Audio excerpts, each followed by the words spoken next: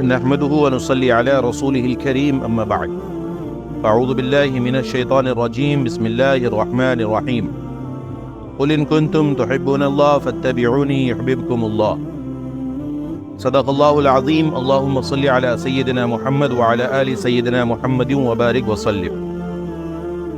اللہ رب العزت نے قرآن پاک میں صاف صاف لفظوں میں ارشاد فرمایا کہ اے محمد صلی اللہ علیہ وسلم آپ یہ اعلان کر دیجئے کہ اگر تم اللہ کی محبت چاہتے ہو یا اللہ سے محبت رکھتے ہو تو میری اتباع کرو۔ جب میری اتباع کرو گے تو فائدہ کیا ہوگا؟ فرمایا کہ فائدہ یہ ہوگا کہ تمہیں اللہ اپنا محبوب بنا لے گا۔ تفسیر در منصور میں کثرت سے یہ روایت ذکر کیا گیا ہے کہ بہت سے لوگوں نے یہ دعویٰ کیا کہ ہمیں اللہ سے محبت ہے، اس پر یہ آیت نازل ہوئی۔ اللہ جل شانہ نے حضور اقدس صلی اللہ علیہ وسلم کی اتباع کو اپنی محبت کے لیے علامت قرار دیا ہے، یعنی کہ اگر ہم یہ دعویٰ کرتے ہیں کہ ہمیں اللہ سے محبت ہے تو اس دعوے کا عملی ثبوت ہمیں یہ پیش کرنا ہوگا کہ ہمیں جناب محمد رسول اللہ صلی اللہ علیہ وسلم کی اتباع کرنی ہوگی۔ اور صرف جب اتباع کریں گے تو اللہ ہمیں صرف اتباع کرنے کے لیے کہہ نہیں رہا ہے، بلکہ یہ کہہ رہا ہے کہ جب تم اتباع کرو گے تو میں تمہارے ساتھ میں یہ معاملہ کروں گا کہ تمہاری مغفرت کر دوں گا اور پھر تم سے محبت کروں گا۔ اب ہم اللہ کے نبی صلی اللہ علیہ وسلم کی اتباع کیوں کریں؟ اسی پر یہ بات سمجھنی ہے، کیونکہ اللہ کے نبی صلی اللہ علیہ وسلم دنیا کے سب سے بڑے مفتی ہیں، دنیا کے سب سے بڑے مفتی ہیں، اور آپ نے صاف صاف لفظوں میں ارشاد فرمایا۔ کیا فرمایا؟ آپ نے فرمایا کہ تم میں سے کسی کا ایمان اس وقت تک کامل نہیں ہو سکتا، اس وقت تک مکمل نہیں ہو سکتا، اس وقت سکسیس نہیں ہو سکتے اپنے ایمان میں، اپنے ایمان کا ٹیمپریچر ہائی نہیں ہو سکتا۔ اگر تم چاہتے ہو کہ تمہارا ایمان مکمل ہو جائے تو تم کو یہ کام کیے بغیر تم کامیاب نہیں ہو سکتے، یہ کام کیے بغیر تمہارا ایمان مکمل نہیں ہو سکتا۔ کیا کام ہے وہ کام؟ اسی کام کو سمجھنا ہے ہمیں۔ وہ کام کیا ہے کہ جب تک ہم سب کی، میری آپ کی، سننے والے تمام سامعین کی، اللہ کے نبی صلی اللہ علیہ وسلم یہ بات تب کے لیے کہہ رہے ہیں، یہ بات صرف صحابہ کے لیے مخصوص نہیں ہے یا صحابیات کے لیے مخصوص نہیں ہے، یہ بات میرے جیسے، آپ جیسے ہر مرد، ہر عورت، ہر بوڑھا، ہر جوان کے لیے بات ہے۔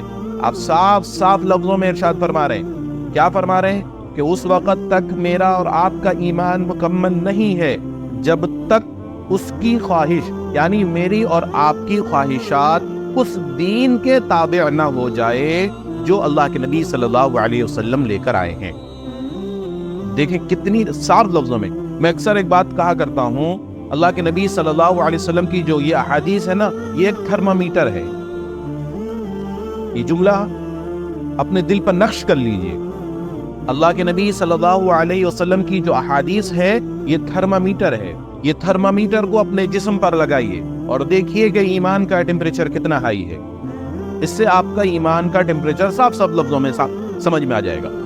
اب اللہ کے نبی صلی اللہ علیہ وسلم نے صاف لفظوں میں کہہ دیا کہ بھئی اس وقت کا ایمان مکمل نہیں ہے جو اپنی خواہشات کو میرے لائے ہوئے دین کی مطابق نہ بنا لے، یعنی میری خواہش وہی ہے جو اللہ کے نبی صلی اللہ علیہ وسلم کی خواہش ہے، میں وہی کروں گا جو اللہ کے نبی صلی اللہ علیہ وسلم کی خوشی ہے، میں وہی کروں گا جو اللہ کے نبی صلی اللہ علیہ وسلم کی چاہت ہے، میں وہی کروں گا جو اللہ کے نبی صلی اللہ علیہ وسلم کی مرضی ہے۔ میں اپنی خواہشات کو جناب محمد رسول اللہ صلی اللہ علیہ وسلم کی خواہشات کے مطابق ڈھالوں گا، تب جا کر میرا اور آپ کا ایمان مکمل ہوگا۔ اب ہم، یہ تھرمامیٹر ہو گیا، یہ حدیث ہو گئی۔ اب اس تھرمامیٹر کو اپنے آپ پر ہم فٹ کریں تو کیا میری خواہشات، یا خواہشات سے مراد یہ ہے کہ میرا جو چلنا پھرنا ہے، میری جو زندگی کی روٹین ہے، کیا یہ روٹین جناب محمد رسول اللہ صلی اللہ علیہ وسلم کے لائے ہوئے دین کے مطابق ہو رہی ہے؟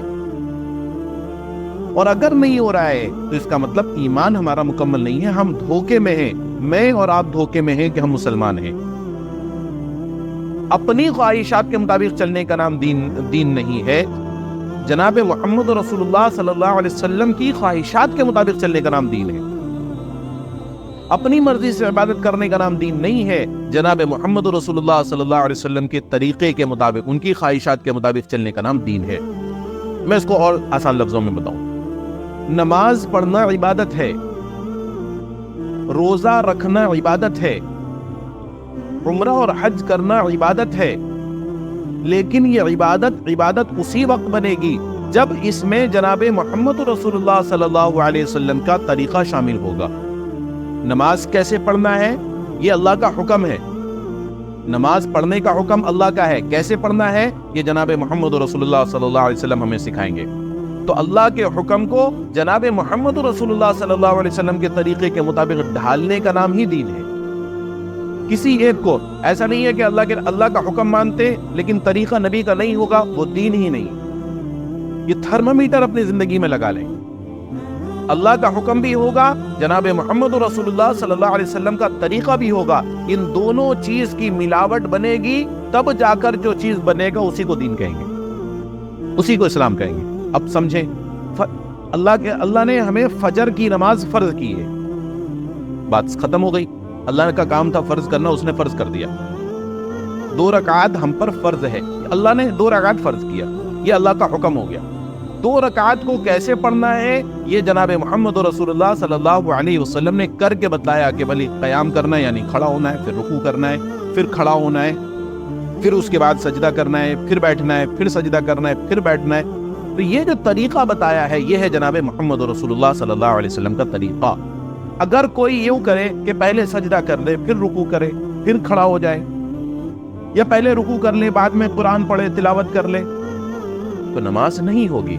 یہ جو ترتیب ہے کہ پہلے آپ کو کھڑا ہونا ہوگا جس کو قیام کہتے ہیں، پھر رکوع کرنا ہوگا، رکوع کے بعد واپس پھر کھڑا ہونا ہوگا، قوما کہتے ہیں، قوما کے بعد پھر سجدہ کرنا ہوگا، سجدے کے بعد واپس ایک سجدے کے بعد واپس بیٹھنا ہوگا، اس کو جلسہ کہتے ہیں، پھر دوسرا سجدہ کرنا پڑے گا، پھر دوسرے سجدے کے بعد واپس کھڑا ہونا ہوگا، قیام کرنا ہوگا، سورت ملانی ہوگی، اس کے بعد میں پھر آپ کو رکوع کرنا ہے، پھر رکوع کرنے کے بعد واپس کھڑا ہونا ہے، اور کھڑے ہونے کے بعد میں پھر واپس سجدے میں جانا ہے، پھر ایک سجدے کے بعد بیٹھنا ہے، جلسے میں بیٹھنا ہے، پھر دوسرا سجدہ کرنا ہے، اور دوسرے سجدے کے بعد واپس تشہد میں بیٹھنا ہے، اور تشہد پڑھنے کے بعد میں ہمیں اپنے سلام کے ساتھ نماز کو ختم کرنا ہے.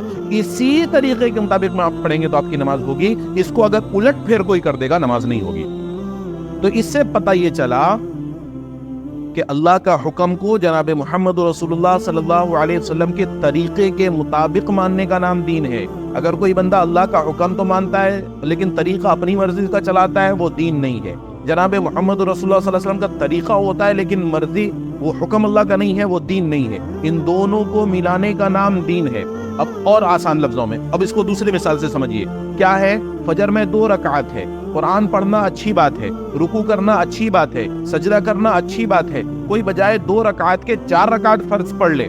فجر کی نماز کوئی 2 کے بجائے 4 پڑھ لے اور وہ یہ دعویٰ کرے کہ بھائی میں نے تو نماز پڑھا، نماز پڑھنا اچھی بات ہے یا نہیں ہے؟ ہم کہیں گے بہت اچھی بات ہے. کہا رکوع کرنا کوئی غلط بات ہے؟ ہم نے کہا نہیں کوئی غلط بات نہیں ہے. کہا سجدہ کرنا کوئی غلط بات ہے؟ میں نے کہا نہیں سجدہ کرنا کوئی غلط بات نہیں ہے. کہا سجدے میں نے تسبیح تو پڑھی ہے، نماز میں نے قرآن ہی تو پڑھا ہے، رکوع میں نے ذکر تو کیا ہے، میں نے غلط کیا کر دیا؟ میں نے 2 کے بجائے 4 پڑھ لیا، آپ کو خوش ہونا چاہیے. ہم کہیں گے نہیں اس کا نام عبادت نہیں ہے. اس لیے عبادت نہیں ہے کیونکہ اللہ نے ہمیں 2 کا حکم دیا، آپ 2 کو مانیں گے. اللہ نے 3 کا حکم دیا کہ مغرب میں 3 پڑھو گے، ہم 3 کو مانیں گے. اللہ نے عشاء میں 4 کہا، ہم 4 کو مانیں گے. ظہر اور عصر میں 4 کہا، ہم 4 کو مانیں گے. مطلب یہ نہیں ہے کہ عبادت کرنا ہے. اس کو سمجھنے کی بات ہے. میں اکثر کہتا ہوں اپنے ساتھیوں سے اپنے مجمع میں کہ بھئی دیکھو عبادت کس کا نام ہے؟ عبادت اللہ کا حکم، جناب محمد رسول اللہ صلی اللہ علیہ وسلم کا طریقہ، اس کا نام عبادت ہے. جس وقت جو کام کرنے کے لیے کہا جائے اس وقت وہ کام کرنا عبادت ہے، اور جس وقت جس کام سے روک دینے کے لیے کہا جائے اس کام سے رک جانے کا نام عبادت ہے. اور جس وقت میں جتنا کہا جائے اتنا کرنے کا نام عبادت ہے. یہ 3 باتیں سمجھیں آپ. اگر آپ نے یہ نہیں کیا تو عبادت نہیں ہے. روزہ رکھنے کے لیے حکم ہے کہ آپ صبح سحری کے وقت سے لے کر مغرب کے اذان تک آپ روزہ رکھیں گے. اگر کوئی بندہ یہ کرتا ہے کہ صبح سحری سے لے کر دوسرے دن سحری میں جا کر وہ افطار کرتا ہے، اس کا نام روزہ نہیں ہے. وہ کہے گا میں نے بھوکا ہی تو رہا. میں میں تو زیادہ دیر بھوکا رہ گیا. فرمایا عبادت اس کا نام نہیں ہے. تو اس لیے اللہ کے نبی صلی اللہ علیہ وسلم نے صاف لفظوں میں فرما دیا, اپنی خواہشات کو مٹا کر اپنی خواہشات کو جناب محمد رسول اللہ صلی اللہ علیہ وسلم کی خواہشات کے مطابق بنانے کا نام دین ہے, بنانے کا نام اتباع ہے. اور جب ہم یہ بنائیں گے تب ہمارا ایمان مکمل ہوگا. اب یہ حدیث ہر بندہ اپنے زندگی میں فٹ کرے, کوٹ کرے, اپنے اوپر میں فٹ کرے. یہ تھرمامیٹر ہے. ہر حدیث ہماری زندگی کے لیے تھرمامیٹر ہے, اور اس کو فٹ کرے اپنے آپ پر, اور پھر دیکھے کہ میں کامل ایمان والا ہوں یا نہیں. اللہ کے نبی صلی اللہ علیہ وسلم جو آئے ہیں میری اور آپ کی ہدایت کے لیے آئے ہیں. اللہ کے نبی صلی اللہ علیہ وسلم جو آئے ہیں مجھے اور آپ کو جہنم سے بچانے کے لیے آئے ہیں. اللہ کے نبی صلی اللہ علیہ وسلم دنیا میں تشریف لائے ہیں مجھے اور آپ کو کامیاب کرنے کے لیے آئے ہیں, کامیاب دیکھنے کے لیے آئے ہیں, کامیابی کا راستہ بتانے کے لیے آئے ہیں, کامیابی کے طریقے پر چلانے کے لیے آئے ہیں. لیکن میری اور آپ کی غلط فہمی ہے, میری اور آپ کا غلط سوچ ہے کہ ہم یہ سوچتے ہیں کہ ہم مسلمان گھرانے میں پیدا ہو گئے اس کے بعد ہم تو جنت ہمیں جانا ہی جانا ہے. ایسا نہیں ہے. یہ غلط سوچ, غلط فکر کو ذہن سے نکال دینے کی بات ہے. اس سے ہم نہیں جا سکتے جنت میں. ہمیں جنت چاہیے, ایک ہی طریقہ ہے, جناب محمد رسول اللہ صلی اللہ علیہ وسلم کے طریقے پر آنا ہوگا, اپنی ان کی اتباع کرنی ہوگی.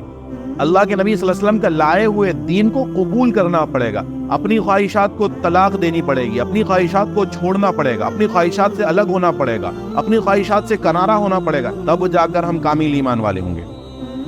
اب ایک دوسری حدیث سنیے. حضرت ابو درداء رضی اللہ تعالی عنہ اس آیت میں جو پہلی میں نے تلاوت کی تھی, اس آیت کی تفسیر میں حضور اقدس صلی اللہ علیہ وسلم سے نقل کرتے ہیں کہ میرا اتباع کرو نیک کاموں میں, تقوی میں, تواضع میں اور اپنے نفس کو ذلیل سمجھنے میں. اتنی بڑی بات. میرا اتباع کرو نیک کاموں میں, تقوی میں, تواضع میں اور اپنے نفس کو ذلیل کرنے میں. حضرت حسن بصری رحمۃ اللہ علیہ اس آیت کی تفسیر میں فرماتے ہیں کہ اللہ تعالیٰ کی محبت کی علامت اتباع سنت ہے. یعنی آپ کا اٹھنا بیٹھنا ہمیں کاپی کرنا پڑے گا, آپ کا چلنا پھرنا ہمیں کاپی کرنا پڑے گا, آپ کا سونا اور جاگنا ہمیں کاپی کرنا پڑے گا, آپ کا بیت الخلا جانا اور واپس آنا ہمیں کاپی کرنا پڑے گا, آپ کی شادی اور برادری ہمیں کاپی کرنی پڑے گی, آپ اپنی بیویوں سے کس طرح تعلق رکھتے تھے ہمیں وہ کاپی کرنا پڑے گا, آپ سیاست کرتے تھے تو کس طرح کرتے تھے ہمیں وہ کاپی کرنا پڑے گا, آپ کاروبار کرتے تھے تو کیسے کرتے تھے ہمیں وہ کاپی کرنا پڑے گا, آپ اپنی زندگی کو کس طرح گزارتے تھے ہمیں وہ کاپی کرنا پڑے گا, آپ نے قرض لیا تو کیسے دیا وہ کاپی کرنا پڑے گا. اللہ کے نبی صلی اللہ علیہ وسلم نے انسانی زندگی کے جتنے کام ہیں وہ سارے کام کیے. دیکھو کتنی بڑی بات ہے, دل خوش ہو جاتا ہے یہ بات سمجھنے کے بعد. اللہ کے نبی صلی اللہ علیہ وسلم نے انسانی زندگی جینے کے جتنے کام ہیں وہ سارے کام کیے ہیں. وہ اس لیے کیے ہیں کہ میرے اور آپ کے زندگی گزارنے کا طریقہ ہمیں الگ سے کہیں ڈھونڈنے کی ضرورت نہیں پڑے گی. ہم جب بھی کوئی کام کریں گے, ہم سوئیں گے نبی سوئے ہیں, ہم اٹھیں گے نبی اٹھے ہیں, ہم شادی کریں گے نبی نے شادی کی ہے, ہم طلاق ہوگا گھر میں, ان کے وہاں بھی طلاق ہوا ہے, ان کے زمانے میں بھی طلاق ہوا ہے, صحابہ کرام میں بھی طلاق ہوا ہے. ہم شادی کس طرح کریں گے وہ بتایا گیا ہے, شادی کے بعد کی زندگی کیسے گزارا جائے گا وہ بتایا گیا ہے, بچوں کی شادی کرنی ہے وہ کیسے کریں گے وہ بتایا گیا, داماد کے ساتھ میں کیا سلوک کرنا ہے وہ بتایا گیا, دوستوں کے ساتھ کیا سلوک کرنا ہے وہ بتایا گیا, رشتہ داروں کے ساتھ میں کیا سلوک کرنا ہے وہ بتایا گیا, بہن کے ساتھ میں کیا سلوک کرنا ہے وہ بتایا گیا, اپنے لوگوں کے ساتھ میں کیا سلوک کرنا ہے وہ بتایا گیا, یہاں تک کہ دشمن کے ساتھ میں بھی کس اخلاق سے پیش آنا ہے اللہ کے نبی صلی اللہ علیہ وسلم نے وہ بھی بتلایا. آپ بیت الخلا کیسے جائیں گے وہ بتا کے آئے, نکلیں گے کیسے وہ بتا کے آئے, بیٹھیں گے کیسے وہ بتا کے آئے. سوچیے, آپ بات تو سمجھنے کی بات ہے کہ میرا اور آپ کا نبی آپ کو تنہا نہیں چھوڑا ہے, ساری زندگی کا سارا نمونہ آپ کو دے کے گیا ہے. لیکن ہماری بے مروتی تو دیکھیے کہ ہم اس نبی کو بھولے بیٹھے ہیں, اس نبی سے تعلق توڑے بیٹھے ہیں, اس کے طریقے کو چھوڑے بیٹھے ہیں, اس سے منہ موڑے بیٹھے ہیں. اور پھر ہم کامیاب ہونا چاہتے ہیں, پھر ہم سکسیس ہونا چاہتے ہیں, پھر ہم سکون چاہتے ہیں, پھر ہم اطمینان چاہتے ہیں. میاں بیوی میں محبت جناب محمد رسول اللہ صلی اللہ علیہ وسلم کی محبت طریقے کے بغیر آ ہی نہیں سکتی, قسم با خدا کی آ ہی نہیں سکتی. آپ نے اپنے بچوں کی تربیت کرنی ہے, آپ دیکھیں جناب محمد رسول اللہ صلی اللہ علیہ وسلم نے اپنے بچوں کی تربیت کس طرح کی اور بچوں کی تربیت کرنے کا حکم کس طرح دیا, وہ دیکھنا ہوگا. آپ کے بچے پڑھ رہے ہیں, آپ کے بچوں کے ساتھ میں کس طرح آپ کا رویہ ہوگا، اللہ کے نبی صلی اللہ علیہ وسلم نے بچوں کے ساتھ معاملہ کر کے بتلایا ہے، رشتہ داروں کے ساتھ کیسے معاملہ کرنا ہے وہ سب بتلایا۔ کوئی چیز، میں ابھی کہتا ہوں پوری دنیا انسانیت کو اوپن چیلنج ہے، اوپن چیلنج کہ ایک ایسا کام بتائیں، ایک ایسا کام جو انسانی ضرورت کے لیے ہو، وہ فطری چیز ہو، غیر فطری نہیں، کیونکہ دین فطری ہے، یعنی نیچرل ہے، جو نیچر ہے وہی دین ہے۔ کتنی آپ کو ایک ایک جملہ آپ اگر لکھنا چاہیں لکھ سکتے ہیں۔ دین فطری چیز ہے، اسلام فطری چیز ہے، دین نیچر ہے، جو نیچر ہے وہی دین ہے، جو نیچر ہے وہی اسلام ہے۔ اسلام کوئی نئی بات کرنے کا حکم نہیں دیتا۔ اور سمجھیں آپ، میں آپ کا اور کچھ منٹ لوں گا۔ چوری کرنا، آپ اپنے آپ کو اسلام سے ہٹائیں، اسلام کو کچھ دیر کے لیے الگ کریں۔ ایک عام بندہ بھی اگر سوچے چوری کرنا اچھی بات ہے غلط بات ہے، کہے گا غلط بات ہے، کہا اسی لیے اسلام نے اس کو غلط کہا ہے۔ رشوت لینا اچھی بات ہے غلط بات ہے، کہا غلط بات ہے، کہا اسلام بھی اسی لیے منع کرتا ہے۔ سور کا گوشت کھانا اچھا بات ہے بری بات ہے؟ سائنس آج کہہ رہے ہیں کہ اس کو کھانے کے نقصانات ہیں، سائنس قرآن اسی لیے منع کر رہا ہے، اسلام اس کے لیے منع۔ کوئی ایک بات بھی پوری دنیا کا انسان یہ نہیں دکھا سکتا اسلام کسی بات کو منع کر رہا ہو، کسی بات کو غلط کر رہا ہو اور وہ کام اچھا ہو، یہ نہیں ہو سکتا۔ ایک بات یہ چیلنج ہے۔ دوسری بات کیا ہے؟ انسانی زندگی کا کوئی ایسا کام جو فطری ہو، انسانی پیدائش سے لے کر موت تک کی پوری زندگی کا کوئی ایک کام ایسا ہو جو وہ آ کے یہ کہے کہ اس کام پر تمہارا اسلام، تمہارا ریلیجیس، تمہارا مذہب یا تمہارے ریلیجیس کے جو ہیڈ آف ڈپارٹ ہیں، یعنی جناب محمد رسول اللہ صلی اللہ علیہ وسلم ہیں یا صحابہ اکرام ہیں، ان کی زندگی میں یہ بات تو نہیں پائی گئی، یہ ناممکن بات۔ انسانی زندگی کے جتنے کام ابھی سے لے کر قیامت تک کے ہی ہوں گے، وہ سارے کے سارے کام جناب محمد رسول اللہ صلی اللہ علیہ وسلم نے خود کیے یا صحابہ سے کروایا یا صحابہ کی زندگی میں وہ کام ہو چکا ہے۔ اس لیے ہمارے پاس میں الحمدللہ ہم آنکھ بند کر کے اطمینان کے ساتھ میں بیٹھے ہیں کہ کوئی بھی آپ سوال کریں ہمارے پاس میں اس کا جواب جناب محمد رسول اللہ صلی اللہ علیہ وسلم کی زندگی اور صحابہ اکرام جس کی تربیت آپ نے فرمائی ہے ان کی زندگی موجود ہے، ان کی زندگی موجود ہے۔ تو اس لیے میرے عزیزوں، میرے پیاروں، میرے دوستوں، میرے بزرگوں، میری بہنوں، آپ تمام سے گزارش ہے، اب تمام سے گزارش ہے کہ اس سیریز یہ جو چل رہا ہے ہماری سیریز، اس کو خوب غور سے سنو، سمجھو، اس کو پھیلاؤ، اس میں لوگوں کو جوڑو۔ آپ پیسے چندے نہیں کر رہے، آپ پیسہ نہیں مانگ رہے کسی سے، آپ یہ بتاؤ لوگوں کو کہ آؤ دیکھو ہمارے نبی صلی اللہ علیہ وسلم کی زندگی کو سمجھیں گے ہم۔ کیا ہم اپنے نبی کو سمجھنے کے لیے، ان کے زندگی کو سمجھنے کے لیے اور اپنی زندگی کو جناب محمد رسول اللہ صلی اللہ علیہ وسلم کی زندگی کے ساتھ ملانے کے لیے، ان کی طریقے کے مطابق میں چلنے کے لیے ہم 15-20 منٹ نہیں نکال سکتے اپنی زندگی کا؟ ایک ہفتے میں 15-20 منٹ نکال لیں، یہ کیسی بات ہے، کیسی محبت ہے؟ تو اس لیے میرے پیاروں، میرے عزیزوں، خوب جڑو، خوب جڑو۔ یہ میرے فائدے کی چیز نہیں ہے کہ صرف میری فائدے کی چیز ہے، یہ ہم سب کے فائدے کی چیز ہے۔ اللہ نے اپنے فضل سے یہ کام شروع کروایا ہے، اس کو پھیلاؤ، اس کو بڑھاؤ، اس کو آگے چلاؤ۔ اس سے میری تعریف نہیں ہوگی کہ میں پاپولر ہو جاؤں گا یا میرا کوئی حیثیت ہی نہیں ہے، یہ بس ہمیں صرف یہ کرنا ہے، اللہ کے نبی صلی اللہ علیہ وسلم کی زندگی کو سمجھنا ہے، اور کوشش ہم یہ کر رہے ہیں کہ آسان لفظوں میں سمجھائیں، ہم کوشش یہ کر رہے ہیں کہ مستند بات، اوتھینٹک بات کریں، ہم کوشش یہ کر رہے ہیں کہ ہم کم سے کم وقت میں قیمتی باتیں کر کے گزر جائیں۔ اللہ تبارک و تعالیٰ سے دعا ہے کہ اللہ تبارک و تعالیٰ ہم سب کو جناب محمد رسول اللہ صلی اللہ علیہ وسلم کی زندگی سے سیکھنے کی توفیق عطا فرمائے، ان کی زندگی کو اپنی زندگی کا نمونہ بنانے کی توفیق عطا فرمائے، کیونکہ ان کی زندگی نمونہ ہے ہمارے لیے، تو ہمیں ان کی زندگی کے مطابق چلنے، جینے، مرنے کی توفیق عطا فرمائے۔